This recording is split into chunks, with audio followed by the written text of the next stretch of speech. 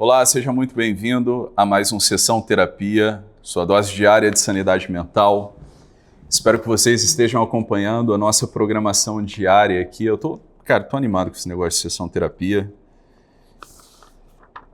Encontramos um modelo excelente aí de produção de conteúdo, né? Vocês acabam sendo beneficiados pra caramba, né?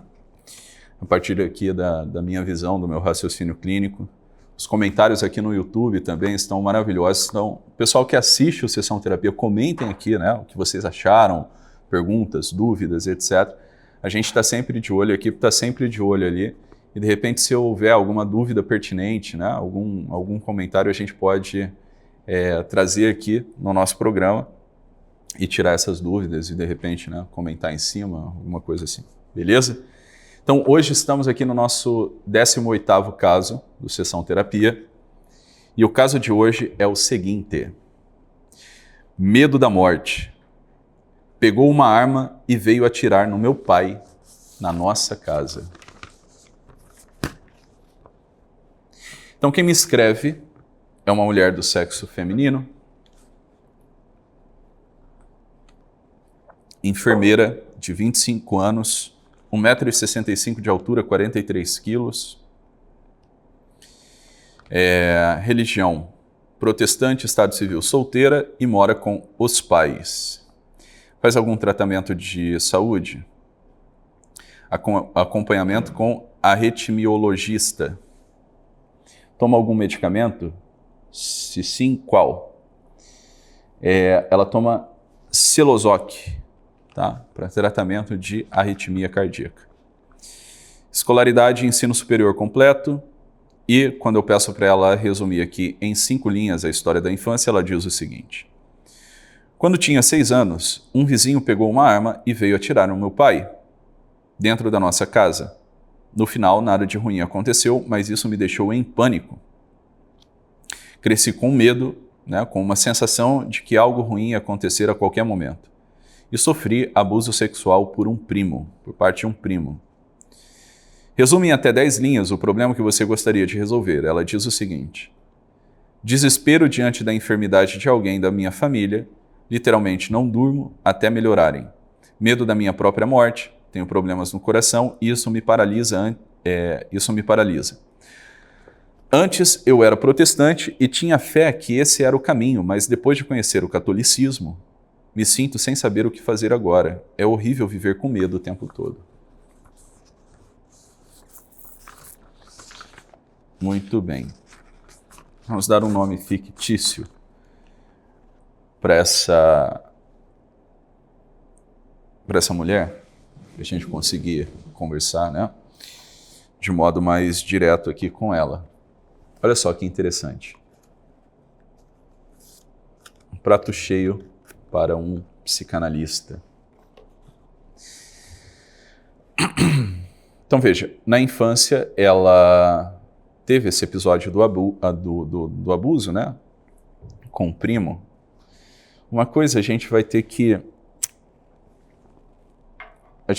compreender. Essa coisa do abuso sexual na infância, ela pode se dar de diversos modos, óbvio, né? Mas na infância, ali na adolescência, a gente não tem muita noção de consequências, etc. e tudo mais. A gente está descobrindo o mundo, testando, né, as nossas forças no mundo. A gente tem curiosidade, né, de saber as coisas. E pode ser que essas experiências sexuais ou, né, essas pretensas experiências sexuais, elas possam ter acontecido fora daquilo que é o esperado, daquilo que é o ideal, beleza? E a gente precisa saber diferenciar assim, um abuso sexual de fato, beleza? Um abuso sexual de fato, de uma experiência sexual diversa. Por exemplo, né, de repente você é adolescente, tem um primo adolescente ou uma prima adolescente, na mesma fase, conhecendo as coisas, morrendo de curiosidade, puberdade, etc., curiosidade a respeito de sexo, de relacionamento, etc., e tudo mais. E pode ser que você e o seu primo tenha tido algum enlace ali, né? Beijado na boca, mão naquilo, aquilo na mão, etc. Isso configura um abuso sexual? Depende. Né?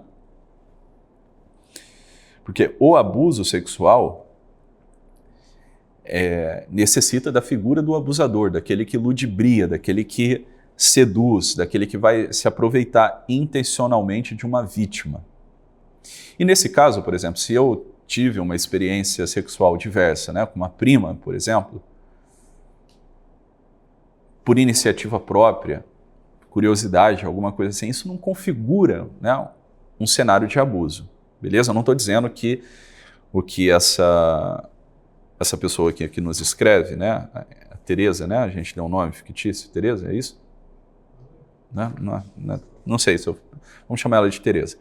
A gente não sabe se a Tereza, não estou dizendo que tu não sofreu um abuso sexual, tá, Tereza? Porque você não especificou. Mas, por exemplo, com um primo, tem que ver, né, qual idade desse primo, qual idade você tinha, né? Foram idades similares, né? Idades aproximadas, né? Ele tinha 12, você tinha 11, 10, ele tinha 13, você tinha 13. Foi alguma coisa mais ou menos consentida, com um quê de curiosidade, etc. Aí tem que ver, porque um abuso sexual necessita da figura do abusador para ser configurado um abuso mesmo, né? Um abuso, uma intenção má, beleza? Uma intenção má para com a vítima, uma intenção perversa, etc. Tá? Agora, se foi uma experiência sexual diversa na adolescência com o primo, bem, não configura um abuso, tá claro? Ainda não configura um abuso. Idade aproximada, 13 anos, 13 anos, 15 anos, 15 anos, né? 12 anos, 12 anos.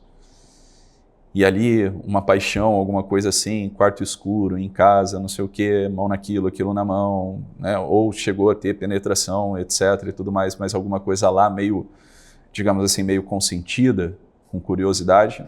A gente não tem aqui o cenário de um abuso sexual. Tá certo? Dá para compreender? Então, existe uma diferença. E olha só que curioso, né?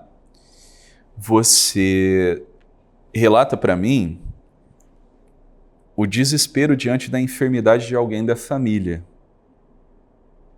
e em relação ao teu próprio estado de saúde, né? A possibilidade de morrer, enfim. E você, a tua profissão, né? A profissão que você escolheu é a profissão de enfermeira.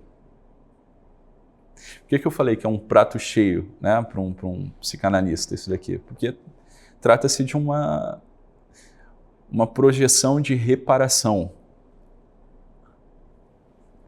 Entende? É como se a motivação para ter escolhido a enfermagem como profissão fosse essa tentativa de reparar um mal.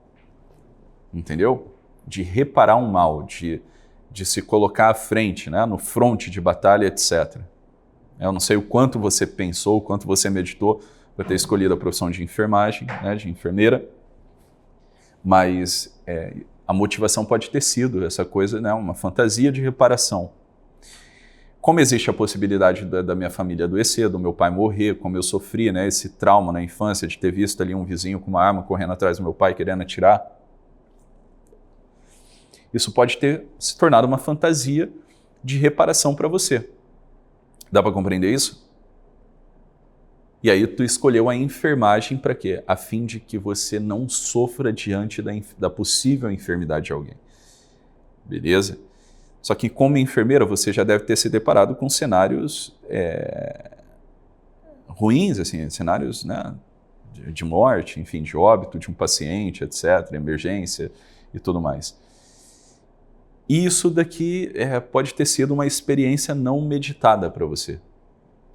A experiência de ver um paciente indo a óbito, né? Morrendo ali, um acidente grave, né? Um paciente todo ferrado, chegando ali na emergência, pode não ter meditado a fundo isso daqui. Agora, tem uma coisa, a arritmia também. Essa arritmia, eu sei que você está fazendo um tratamento, mas essa arritmia, ela pode, não estou falando que é, tá certo, Tereza? Não estou falando que é, não estou batendo martelo, beleza? Isso aqui é uma possibilidade apenas, isso aqui pode estar ligado a um quadro de somatização, de psicossomatização, tá? Ansiedade, arritmia, coração dispara, tá? Então veja, o seguinte, agora tem uma coisa que eu gostaria de conversar com você, que eu acho que é a raiz disso tudo, tá? O medo. O medo, como eu falei no programa anterior, é uma experiência, é uma sensação que vai nos acompanhar até o último dia da nossa vida,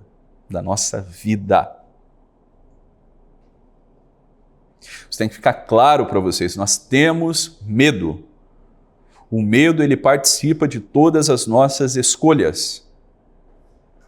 Ele está presente o tempo inteiro. Beleza? Agora, como é que a gente se livra do medo? A gente se livra do medo através do conhecimento.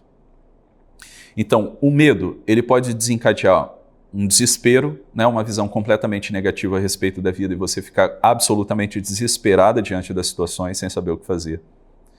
O medo tem a ver com desespero. E qual é a causa do medo? A causa do medo se chama ignorância.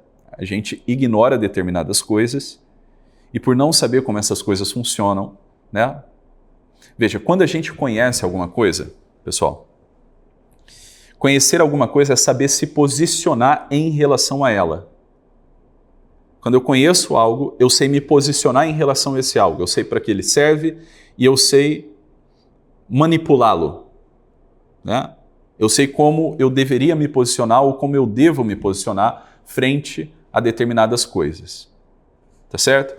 Isso é o que o conhecimento te dá. Então, o conhecimento automaticamente impacta, né, a sua tomada de decisão frente às coisas. Quando eu ignoro determinada coisa, né, o sentimento diante do desconhecido é sempre o sentimento de temor e de medo, que gera ansiedade. Não é à toa que a ansiedade é o sintoma mais comum, né, de transtorno mental. Por quê? Porque isso tem a ver com um grau de inteligência. Tá entendendo? Isso tem a ver com um grau de inteligência. Pessoas que conhecem pouco, elas vão sentir necessariamente mais medo diante da vida, diante das situações da vida. Diante de um casamento, de um conflito matrimonial, da educação de filhos, de um problema empresarial, de um problema no trabalho, etc. É assim que funciona. Tá? Então veja, quando eu conheço algo, eu sei me posicionar diante desse algo. Eu sei que isso daqui é uma xícara de café. Então, o meu comportamento frente à xícara de café, né, vai ser Meu filho de 3 anos, ele sabe que isso daqui é uma xícara de café. A minha filha de 2 anos, ela vai entender isso daqui como um copo. Ela vai se referir a esse objeto como um copo. Tá? Ela não tem ainda, digamos assim, um domínio amplo de si e do conhecimento a respeito das coisas, tá? Então ela pode pegar esse copo e jogar no chão, ela pode pegar esse copo e tacar no irmão, ela pode pegar esse copo e virar ele na mesa, ela pode pegar o líquido que está aqui e virar. Por que a gente não faz isso? Por que um ser humano adulto, né, não age como uma criança de 2 anos? De pegar um copo que está aqui, né, uma xícara, pegar, ver que tem líquido e no chão. Por que eu não faço isso? Porque eu tenho conhecimento. Eu sei para que serve essa coisa. Eu sei que isso daqui não é para eu pegar e jogar no chão, porque vai sujar, etc. e tudo mais. A criança não. Agora veja, diante do desconhecido, a gente sempre vai ter medo. Todo território desconhecido, ele vai gerar uma apreensão e medo. Só que isso é necessário para o teu conhecimento também. Porque se o desconhecido não te gera uma certa apreensão, um certo medo, né? E digamos assim, esse medo, um medo normal, um medo que todo mundo tem diante de um território desconhecido. Se a gente não tem essa apreensão, esse movimento de medo / curiosidade, a gente não aprende. A gente não cria memória. Por quê? Porque a memória necessita da atenção. E quando é que a gente tem um pico de atenção mais alto? Quando é que a atenção está absolutamente concentrada em apenas uma coisa? Quando a gente tem medo. Quando você tem medo, a sua atenção, você tem um hiperfoco. Necessariamente. Beleza? Então, por exemplo, imagina, né? Estou chegando aqui no Rio de Janeiro. Aí existe uma narrativa na minha cabeça. Rio de Janeiro, perigoso, fuzil, comando vermelho, milícia, não sei o quê, facção, parará, assalto, roubo de carro, furto, etc. e tudo mais, tiroteio. Então eu vou chegar meio apreensivo aqui na Baixada Fluminense. Então vou entrando no Rio de Janeiro, vou passar ali, né, na BR, no meio de São João de Meriti, tarará, vou descer, vou fazer o contorno, entrar na linha vermelha, parará, para pegar a linha amarela para vir para casa aqui na Barra. Como é que vai estar a minha atenção? Eu sei que existe a possibilidade de eu me dar mal nesse percurso, né, por uma narrativa. Eu não tenho certeza que eu vou me dar mal, mas eu sei que existe uma possibilidade de eu me dar mal. Então, quer dizer, nesse trajeto, até eu chegar aqui, à minha casa, que é um território conhecido. Território conhecido quer dizer território explorado, mapeado. Em casa eu posso sentar e descansar. Por quê? Porque eu já explorei esse território. Não existe aqui nada ainda que é desconhecido para mim. Não existe, né? Eu sei o que é a casa. Eu sei o que é o condomínio, né? Eu andei ali. Aquilo é conhecido para mim. E não existe nenhuma ameaça iminente ou a possibilidade de. Mas, no percurso da Baixada Fluminense, linha vermelha, linha amarela, Barra da Tijuca, existe a possibilidade. Por quê? Porque eu não conheço tudo. E existe uma narrativa na minha cabeça. Olha, Rio de Janeiro, né? Existe assalto, existe crime organizado. Então, eu vou fazer esse percurso com hiperfoco. Eu preciso saber onde eu estou entrando. Eu preciso estar de olho no Maps. Eu preciso estar de olho no que está acontecendo na rodovia, né? Os carros estão parando para quê? Está tendo arrastão, não está tendo arrastão, etc, etc. Então, qual o melhor caminho? Eu preciso descobrir qual o melhor caminho para eu chegar em casa seguro. Então, isso tem a ver com a aprendizagem. Eu estou ao mesmo tempo com medo e ao mesmo tempo curioso. Isso vai ajudar na construção de memória. Por quê? Porque a minha atenção está concentrada. Concentrada. E essa concentração, essa curiosidade e esse medo é o que me fez, de repente, antes de fazer esse percurso, né, olhar o mapa de cima. Qual caminho eu posso pegar? Existe algum atalho? Eu preciso necessariamente, né, pegar esse caminho, né, linha vermelha, linha amarela, Barra da Tijuca, etc. Ou eu posso pegar aqui linha vermelha, Zona Sul, contornar toda a Zona Sul e chegar aqui na Barra. É isso daqui que vai me fazer me debruçar, vai fazer com que eu me debruce a respeito de alguma tecnologia para saber o que eu devo fazer.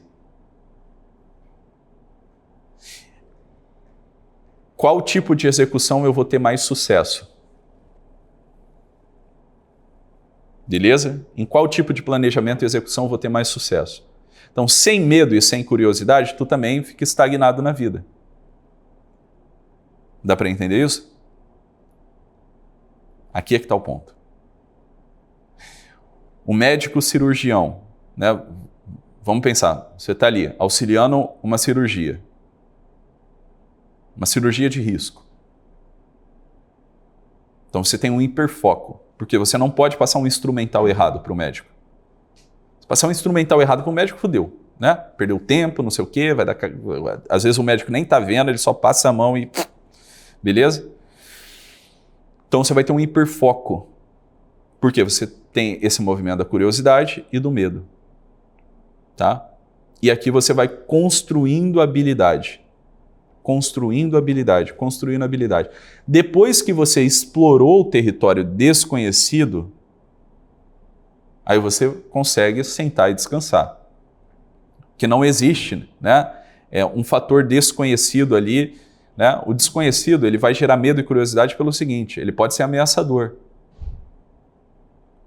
E pelo fato dele, né, existir a possibilidade daquilo que é obscuro para nós ser ameaçador, né, isso vai me impelir um movimento de exploração do território desconhecido.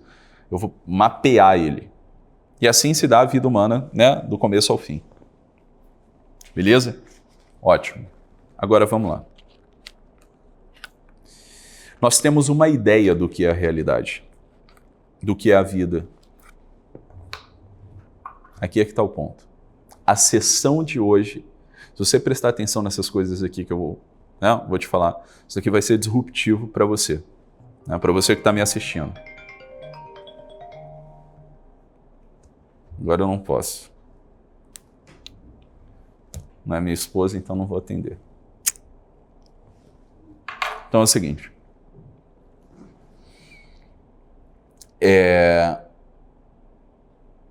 Nós temos uma ideia do que é a realidade. E essa ideia do que é a realidade pode ser uma ideia completamente maluca. Completamente maluca. E na maioria dos casos é uma ideia maluca mesmo. Mesmo. A maioria das pessoas enxergam a realidade como uma luta entre o bem e o mal. Então você tem o bem de um lado, sei lá, Deus, né? Vamos colocar o símbolo do bem, do amor, daquilo tudo que é maravilhoso, Deus. E do outro lado você tem o mal, o capeta, o pecado, a maldade, o crime, o diabo, beleza? E aí, você olha, né, doença, pobreza, miséria, injustiça, a porra toda, né? Então, de um lado está o bem e do outro lado está a manifestação do mal. E existe uma briga entre o bem e o mal, né? Então, Deus brigando com Satanás, competindo com Satanás, entendeu? Então, Deus, o que a gente assimila? O que vem de Deus? A saúde, o amor, o dinheiro, o bem-estar, o prazer, tudo aquilo que é bom, tudo aquilo que é positivo, a energia positiva da vida, etc. e tudo mais. E o que é o diabo? Qual é a manifestação do diabo, do mal? Doença, falência, tiro, morte, injustiça, sacou? Essa manifestação do Satanás. Aí existe... Vocês enxergam exatamente assim, né? Existe uma briga entre o capeta e o Satanás aqui, Deus e o diabo, né? Jesus e o demônio. E eles estão competindo porque são forças simétricas, entendeu? São forças equivalentes. E como você vem do protestantismo, isso daqui é consequência psíquica, tá? do mau entendimento daquilo que é a religião, daquilo que é o cristianismo. Esse é o problema, né? De às vezes você estar dentro de uma seita protestante. O protestante, a tendência é que ele enxergue o mundo, né, dentro desse conflito cósmico aqui. Deus contra o Satanás, o bem contra o mal. Por isso que, geralmente, né, os fiéis de uma igreja protestante desenvolvem o toque religioso, um moralismo, uma obsessão religiosa, do pode e não pode, entendeu? Ou um senso de justiça maluco para a vida, um senso de merecimento. Então, quer dizer, se você fizer tudo certinho, tudo bonitinho, Deus vai te abençoar. Paga o dízimo, o cacete, né? Coloca a saia, para de rapar o cabelo do sovaco e não sei o quê, tarará. Se fizer tudo certinho, tudo bonitinho, casar virgem, não sei o quê, andar na linha, né? Uma pessoa, uma retidão, caminhar diante de Deus, uma vida reta, uma vida justa, né? Você é justo diante de Deus, um homem justo, um varão justo, uma varoa justa. Você vai ser abençoado por Deus, né? Varão de fogo, reteté de Jeová, entendeu? É isso aí. Então, na cabeça do protestante, principalmente protestante pentecostal, vem um moralismo, um sentimoralismo. Por quê? Porque quem é protestante não acredita na graça. Aqui que está o ponto. Então, todo protestante, ele é um pelagianista. Quem que é Pelágio? Quem que foi o grande Pelágio? Pelágio foi um herege, né, dos primeiros séculos do cristianismo. O Pelágio acreditava que o céu, né, pode ser comprado. Aqui que está o negócio. Que o céu, ele vem de uma coisa assim, de mérito individual. Então, quer dizer, se eu fizer por merecer, eu, Tiago, com a minha vontade, tá certo? Eu conheci lá a Bíblia, eu fiz tudo certinho, eu casei virgem, eu sou uma pessoa casta, eu não sei o quê, eu tenho bons hábitos, eu sou um sujeito justo, etc. e tudo mais. Eu vou entrar no céu. Não, meu filho. Você só vai entrar no céu se você tiver a graça de Deus. E outra coisa, você, né, a força da tua vontade, ela não é tão grande assim quanto você imagina. Está entendendo? Então, Pelágio acreditava que era possível cumprir os mandamentos de Deus apenas com o esforço da própria vontade. Não é possível cumprir os mandamentos se Deus não te ajudar a cumprir os mandamentos. Dá para compreender? É Ele quem faz isso em nós através do organismo da graça. É Ele. Entendeu? Então, no dia do teu batismo, você recebe o organismo da graça. E você vai desenvolvendo esse organismo espiritual em você. Esse organismo espiritual é o próprio Jesus em você. É Jesus quem muda a gente. Não é a gente que muda a gente, porra. Tá entendendo? Quando você vai para a igreja e você quer tomar a dianteira, né? Não, vou parar de bater na minha mãe, de cheirar pó, né, sair com travesti, não sei o quê. Agora eu sou de Deus, né? Agora eu sou de Deus. Beleza. Uma decisão você tem que tomar. Só que existe a conversão genuína.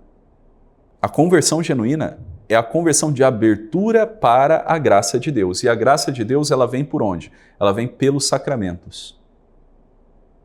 O batismo, o sacramento da penitência, da confissão, o sacramento da Eucaristia, né? O sacramento do crisma, o sacramento do matrimônio, o sacramento da ordem e a unção dos enfermos.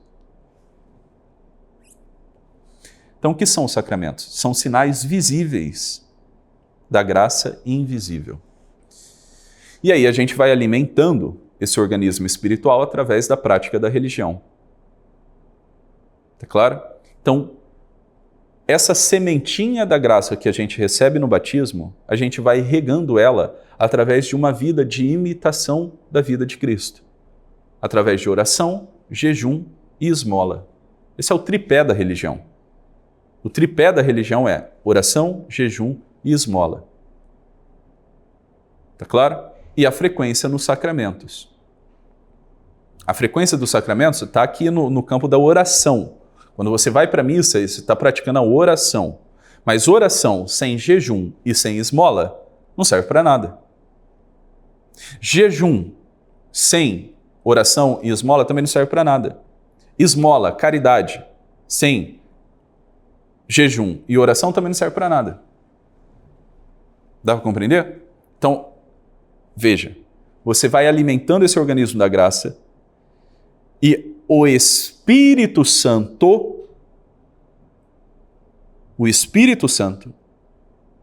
vai modificando você de dentro para fora. Então, quando a gente vê uma pessoa justa, quando a gente olha, por exemplo, para a vida de um santo, né? Quando a gente olha para a vida de um santo, o santo, ele é santo, não é porque ele é santinho, bonitinho, porque, nossa, que coisinha inocentinha, que coraçãozinho puro, nossa, como essa pessoa fez um grande esforço para a vida e não sei o quê. Não é por isso. O esforço que essa pessoa fez é um esforço de abertura para a graça. Não é um esforço de, eu não posso transar, eu não posso matar gente, eu não posso roubar, eu não posso puxar o tapete de ninguém. Não é esse tipo de esforço que uma pessoa faz. É o esforço de abertura para Deus. Um santo, ele é alguém apaixonado por nosso Senhor Jesus Cristo. Apaixonado. Já ficou apaixonado na vida? O santo é aquele que é apaixonado pelo coração de Cristo, pelo coração de Deus. Ele quer conquistar o coração de Deus. Está entendendo? Ele fica olhando para Nosso Senhor. Fica olhando ali para Nosso Senhor, vidrado, fixadamente. E é só o coração dele que importa, é só o sorriso dele que importa. A vida de um santo é sobre ele e o Cristo. Não é sobre ele e as pessoas, não é sobre ele e as coisas. Está compreendendo? Agora, o protestante ele não acredita no organismo espiritual da graça. O protestante ele acredita que pelo esforço da própria vontade, pela retidão, né, da consciência, ele vai agradar a Deus. Só que é impossível agradar a Deus sem o organismo da graça. Sem mim nada podeis fazer. Ninguém vai ao Pai senão por mim. O que o Cristo quis dizer com isso? Se você não tem a graça, não tem como você agradar a Deus. Porque não se agrada a Deus a partir de si mesmo. Eu só começo a ser agradável para Deus quando Ele olha para mim e Ele vê em mim o Cristo. Porque os meus méritos não são meus. Eu não agrado a Deus com os meus méritos, eu agrado a Deus pelos méritos de Cristo. Está entendendo? Eu agrado a Deus pelos méritos de Cristo, do Filho dele. Então, quando Deus olha para mim e vê em mim o Filho dele, eu me configurei ao Filho dele, aí sim eu agrado a ele. Agora, se ele olha para mim e ele não vê em mim o Filho dele, Jesus Cristo, não tem como eu agradar a ele. Por que não tem como eu agradar a ele? Porque existe um abismo entre a minha natureza e a natureza divina. Então, o Cristo ele vem fazer o quê? Ele vem nos divinizar. Está entendendo? Ele vem nos transformar em deuses. É isso que ele vem fazer. Então, quando Deus olha para mim e vê o Filho dele em mim, quando os meus atos são atos configurados, né, ao Cristo, quando eu me torno um outro Cristo, aí eu começo a ser agradável a Deus. Agora, isso só é possível quando o Cristo está em mim. E o Cristo está em mim por onde? Pela graça. E a graça vem por onde? Pelos sacramentos. Dá para entender? É uma coisa real. Isso é real. Beleza? Isso é real. Eis que estou convosco todos os dias até o final dos tempos. Eis que estou à sua porta e bato. O que ele quer dizer? Eis que estou à porta do teu coração e bato. Se você deixar eu entrar, né, nós sentaremos juntos e cearemos juntos. É isso que ele faz. O Cristo bate na porta do coração de todos os homens através da graça suficiente, da graça atual, né, da graça suficiente. Todos os homens possuem a graça suficiente, que é Deus batendo no coração deles o tempo inteiro querendo entrar. Beleza? Ele entra, ceia com a gente se torna um com ele. Quando Deus olha para a gente, Deus vê o Filho dele em nós, né? E aí nós participamos do corpo de Cristo, da comunhão dos santos. Os santos fazem parte do corpo de Cristo, o corpo místico de Cristo, que é a igreja. Então, quando você comete um pecado grave, você expulsa o Cristo de dentro do teu coração. Você quer matar o Cristo, você quer matar a Deus, você quer matar o amor. Você perde a filiação divina. Quando eu cometo um pecado grave, se eu matar alguém injustamente, né? Se eu trair a minha esposa, né? Se eu vou lá ver pornografia, me mato, né? Nessa coisa aí de vício, de pornografia, masturbação, etc. Eu estou expulsando Deus do meu coração. E aí quando ele olha para mim, né, ele só vê uma porcaria. E uma porcaria não pode agradar a Deus. Aí o que eu preciso fazer? Eu pequei. Eu vi que eu pequei, eu vi que eu fiz errado, não quero continuar fazendo isso, não quero ir para o inferno, não quero morrer dessa forma. O que eu faço?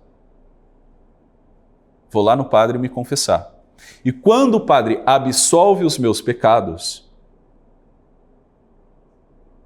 aquilo ali é semelhante ao dia do meu batismo. Ele coloca de novo a sementinha da graça dentro do meu coração.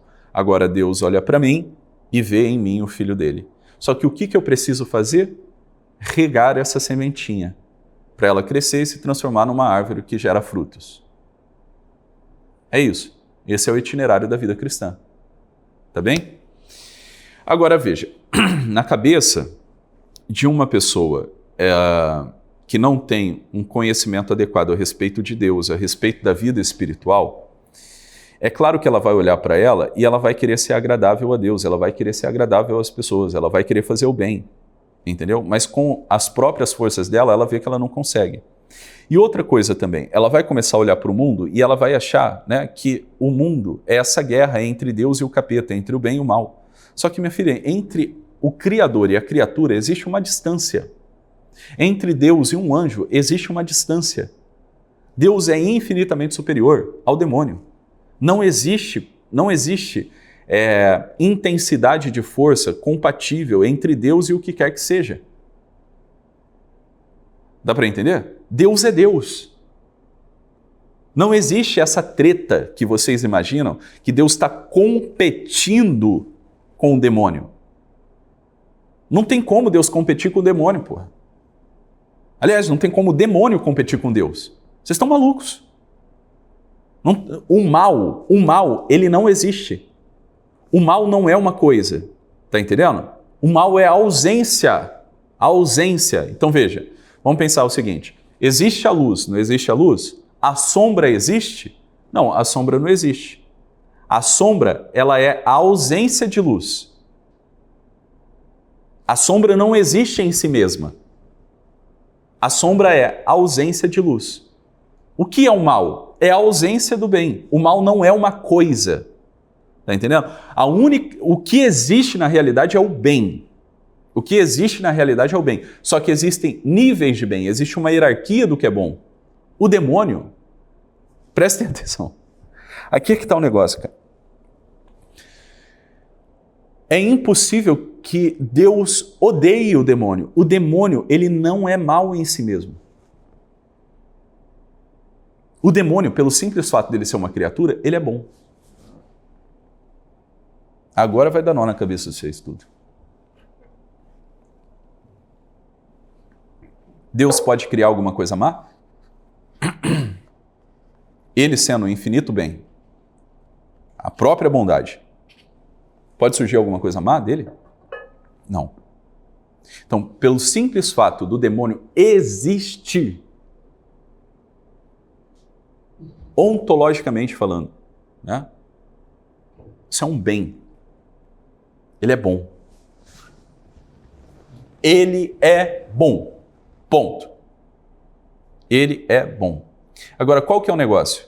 Ele não se dobra, ele não quer a Deus. Aqui é que está o negócio. Ele não quer a Deus. E Deus deu para ele, né, a liberdade de escolher.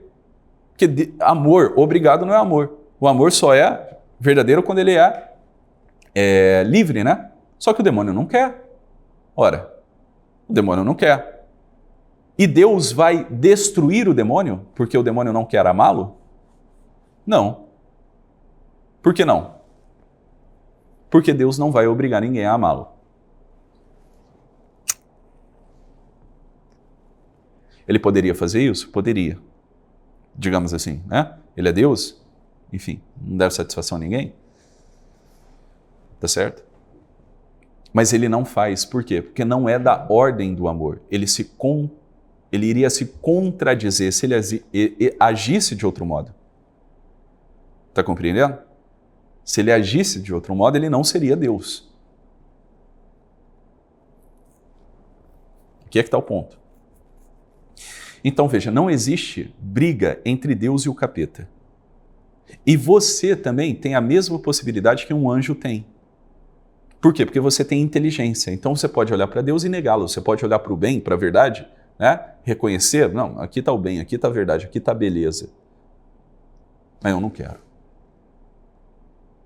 Não quero. Aí, para os que não querem, existe um lugar chamado inferno. Beleza? Existe um lugar chamado inferno. Para você ver como Deus é bom, né? Deus não vai te destruir. Só que você vai viver sem Ele o resto da eternidade. O inferno é um sofrimento? É um sofrimento. É um sofrimento. Mas é um sofrimento escolhido.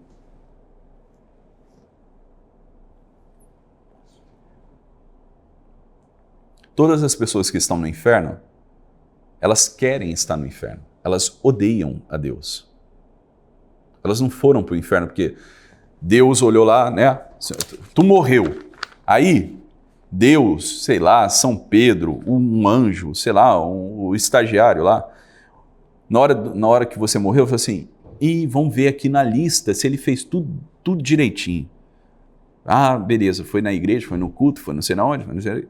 mas aqui, ó, peidou na farofa aqui. Então, isso daqui tá errado. Inferno. Pum! Deus te mandou para o inferno. Não, Deus não manda ninguém para o inferno.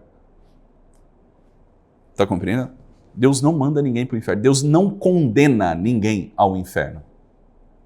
É você que se condena ao inferno. Ele vai até o teu último suspiro bater na porta do teu coração para entrar e dizer, vamos para o céu, cara, vamos para o céu. Entende? Se arrependa, eu estou aqui, eu amo você, né? Eu sou para você, eu transformei você no meu Deus. Eu fiz de você o meu Deus. Você é tudo para mim. Para com essa ideia maluca. Vamos para o céu agora. Né? Se arrependa, é só você querer, é só você dizer sim, cara. Vamos para o céu. Desista dessa ideia. Aí você fala, não quero. Eu estou satisfeito. Né? Eu não preciso de você, eu não quero você, eu odeio você. Sai daqui. Aí o que você faz? Né? Você vai viver a eternidade no inferno. É assim que funciona. E se você prestar atenção, a gente faz isso já em vida. Então Deus bate na porta do nosso coração o tempo inteiro. E o que a gente faz quando a gente peca? Não quero. Entendeu? Aí você passa a vida inteira falando, não quero. Você acha que lá no dia da tua morte, no teu último suspiro, você, não, agora eu quero, agora eu mudei de opinião, porque agora eu estou vendo Deus aqui, agora eu quero. Não contem com isso. Não contem com isso. Entendeu? Não contem com isso. Quando você olhar para trás e ver que segundo após segundo ele bateu na porta do teu coração e você disse não, no teu último suspiro você vai achar justo que você se condene mesmo, que você passe a eternidade sem ele, porque você foi injusto. Tá entendendo? A soberba vai tomar conta do teu coração. E você vai falar assim, não é justo que agora que eu estou te vendo, que agora que eu sei que você bateu na porta do meu coração, segundo após segundo. Agora que eu estou te vendo, né, não é justo que eu te queira, que eu te neguei a vida inteira. Então eu prefiro ir para o inferno, né, do que passar a eternidade no céu sabendo que eu te neguei a minha vida inteira. O que é isso? Isso é a soberba. Entendeu? Então, no céu, você vai encontrar inúmeras pessoas. Mas no céu você não vai encontrar, né, um vício. Você vai encontrar pessoas que tiveram vários vícios durante a vida. Drogado, puta, ladrão, assassino, né, bicheiro. Você vai encontrar um monte de gente lá no céu. Com um monte que viveram, né, uma vida de vício aqui. Mas você não vai encontrar no céu uma pessoa, né? Você não vai encontrar uma pessoa que tem o vício da soberba. No céu não entra soberba. No inferno você vai encontrar pessoas maravilhosas, que fizeram caridade, que ajudaram pobres, entendeu? Que socorreram doentes, que foram visitar, né, presos, que fizeram bem, fizeram caridade, foram justos, etc. E tudo mais. Mas no inferno você não vai encontrar essa virtude aqui, chamada humildade. No inferno você vai encontrar virtude pra cacete.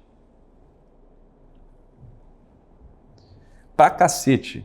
Vai encontrar gente inteligente, você vai encontrar nego com prêmio Nobel, você vai encontrar cientista, você vai encontrar doutor, você vai encontrar delegado, você vai encontrar presidente da república, você vai encontrar rei, você vai encontrar rainhas, você vai encontrar pessoas assim que no mundo foram pessoas assim maravilhosas.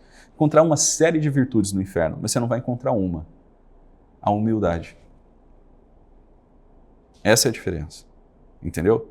Então, quando você olha para a realidade, né, assim, o bem existe. O bem é. A maldade é a ausência de bem. Então, quer dizer, a realidade, ela é um território seguro, por quê? Porque a realidade, ela é a manifestação da vontade divina. Ela é a manifestação do próprio Deus. A realidade manifesta Deus. Apenas. O demônio, ele aponta para Deus. O demônio, ele aponta para Deus. Mesmo na revolta dele, mesmo na soberba dele. É soberba em relação a Deus. É revolta em relação a Deus. O demônio está no ser de Deus. Nele vivemos, nos movemos e somos. Nada está fora de Deus. Nada, nada. Deus não é mais uma pessoa na realidade.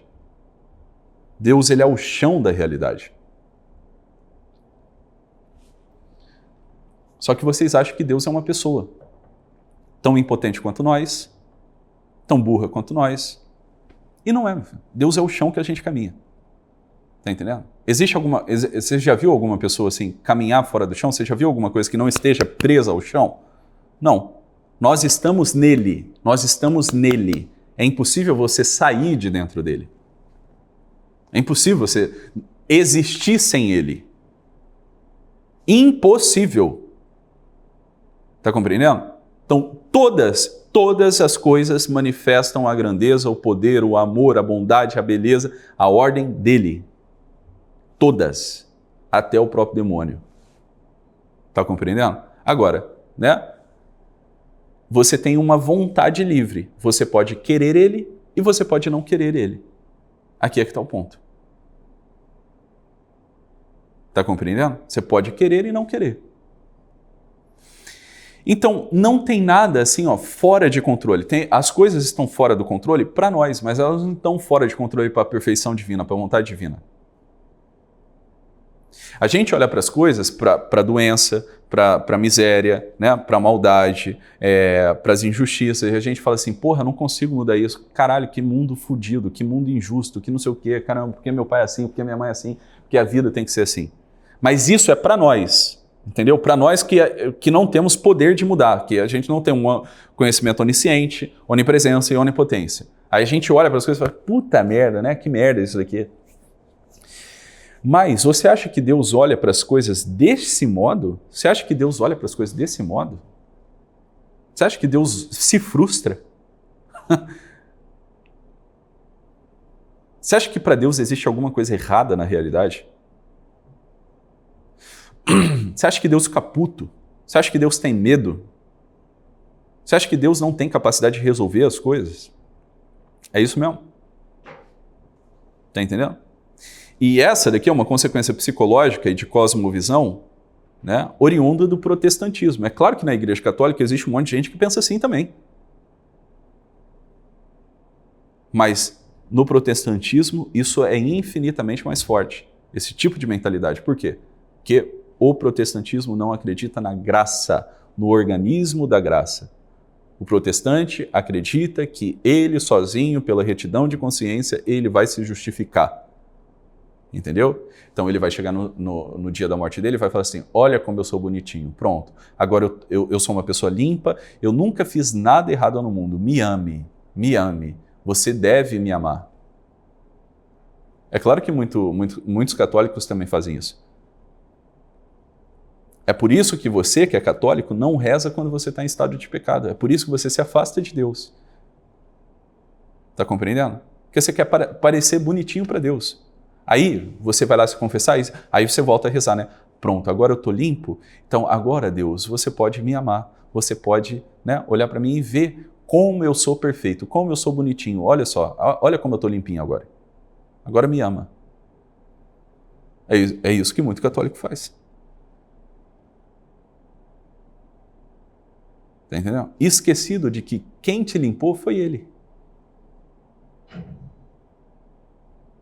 Você só vai amar ele se ele te ajudar. Isso não é obra tua. O que é obra tua é dizer sim. Abrir o teu coração para ele. Isso daqui é a tua vontade operando. Mas a transformação, quem faz é ele. De acordo com a tua cooperação.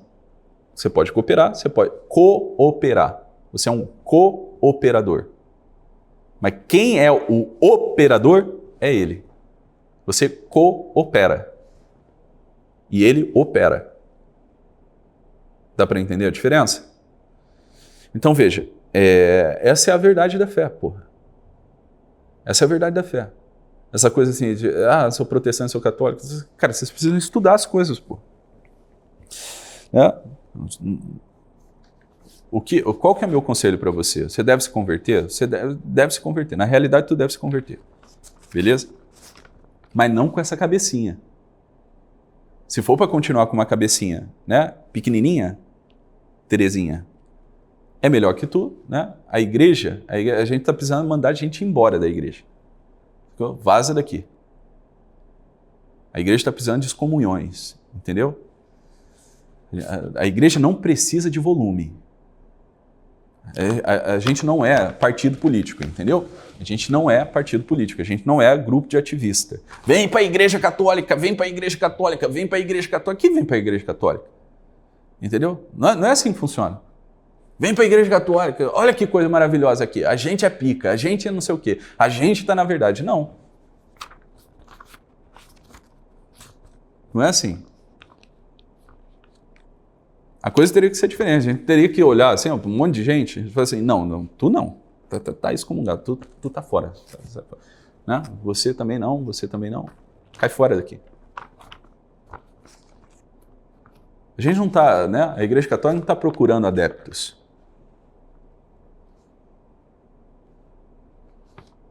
Tá entendendo? O negócio começou com 12. Aqui é que está o negócio. Entende? O que Deus procura? Corações fiéis. Então, ele não está nem aí para volume. Então, assim, você deve virar católico? Eu acho que sim.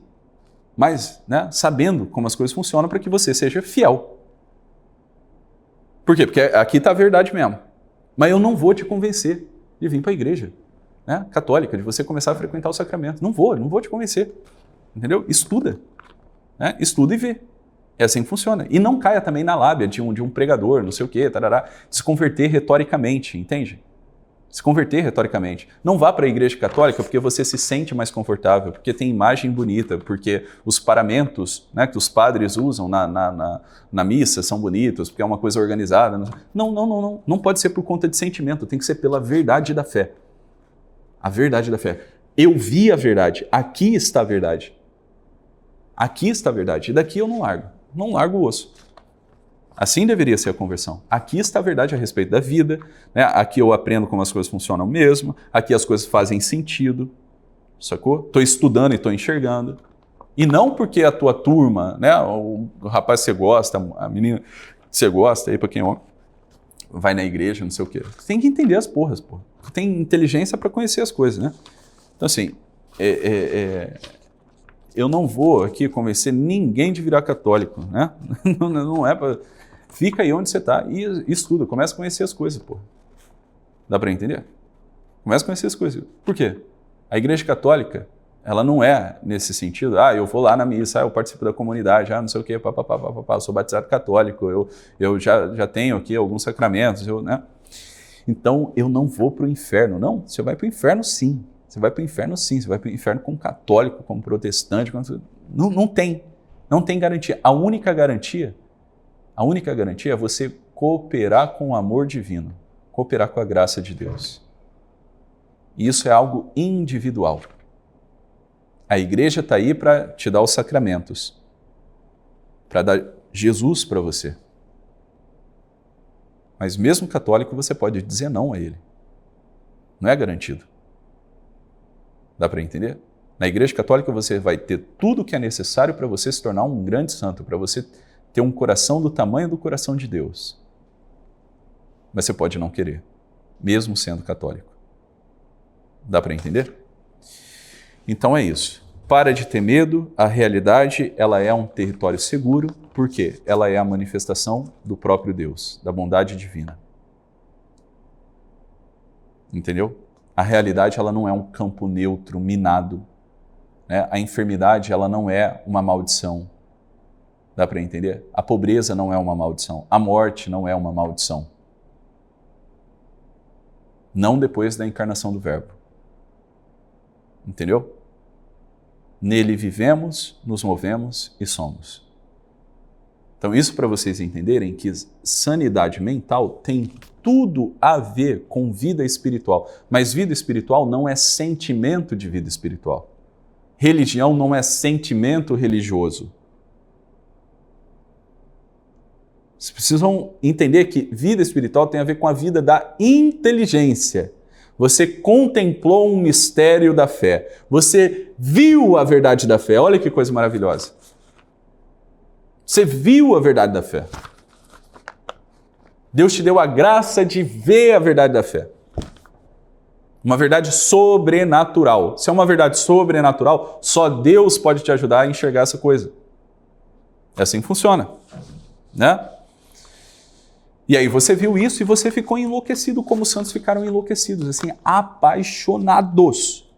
Apaixonados por Deus, apaixonados pelo coração de Deus, apaixonados por Nosso Senhor. É assim que funciona a vida espiritual. Entendeu, Tereza? Então assim, não tenha medo. Né? O teu medo, ele é a manifestação de coisas que você ainda não conhece, que você teme.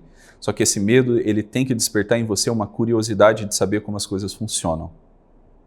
Porque conhecendo as coisas como elas são, você vai enxergar nelas a manifestação do próprio Deus.